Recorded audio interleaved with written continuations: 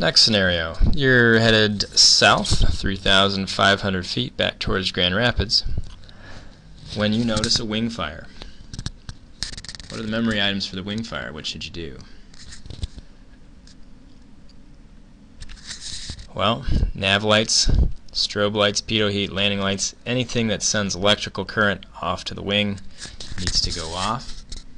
And the other important point here that you might not have noted is that you want to keep a side slip. So I think about stepping on the side of the fire. So left wing fire, I'm going to want to put in left rudder and try to help slip away from the fire to keep the airflow, moving that fire to the outboard aspect of the wing and keep it away from the fuel tanks, which are the inboard part of the wing.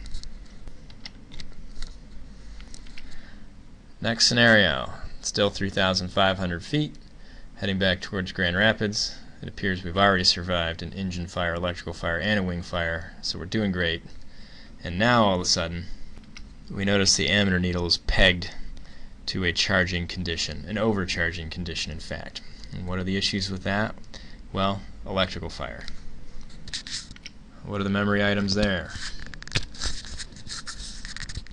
Turn the alternator off, which is the alternator half of the master switch. Pull the alternator circuit breaker. And turn off non-essential electrical equipment. The question of non-essential electrical equipment is not as big of a question in a VFR scenario.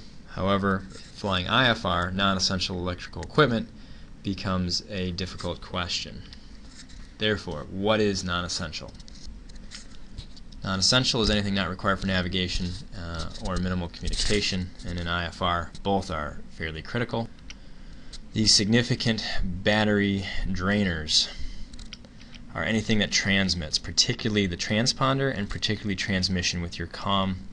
And lights, of course, also drain battery power, but not nearly to the extent of the transmitter or the transponder. This is therefore a good time to get out your handheld comm and use your handheld comm for communication and have your GPS there as a backup. If you are IFR, I would turn off your transponder, I would turn off lights, I would turn off the comm radio, use my handheld, I'd leave the GPS on, and I'd leave my nav radios on. Depending on the quality and age of the battery, you may have up to 40 minutes of battery time, but an old battery that's not fully charged or not able to be fully charged might give you less than 15 minutes. So landing as soon as practicable is of the utmost importance. Next scenario. Oh, well, this one's a little easier to detect because we have a dummy light for a low volt condition or low discharging condition. Again, signifies another problem with the alternator. There's not an electrical fire risk with this one. However, we do have to again prioritize our battery life if truly we have an alternator problem. Checklist for this one, a little bit longer. Avionics power switch should be off. You should check the alternator circuit breaker to make sure that that's in.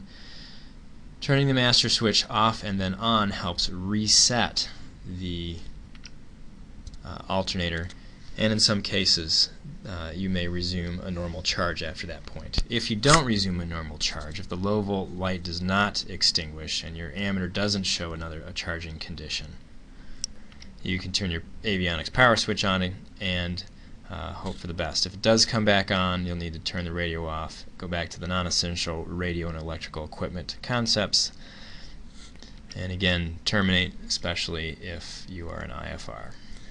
It's important to note that the avionics power switch should go off prior to cycling the master switch to prevent a high voltage surge when you turn the master switch back on. For the IFR pilots, we're in the soup, and if you've been good about your cross-check, you start to realize that we may be having a problem.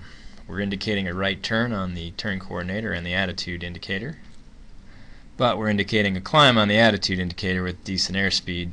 However, we are descending looking at the altimeter and vertical speed indicator. And there's that other minor detail of a low vacuum dummy light. If you look to the vacuum gauge, you've lost suction and you have a vacuum failure. The key here is to recognize the vacuum failure early and then cover the faulty instruments, which in this case the vacuum instruments are the attitude indicator and the directional gyro. It's important to cover these gauges. It's very difficult to fly partial panel with faulty gauges giving you faulty readings. I try to, whenever I fly IFR, have the suction cup gauge covers in a pocket that I can readily access so that I can use those.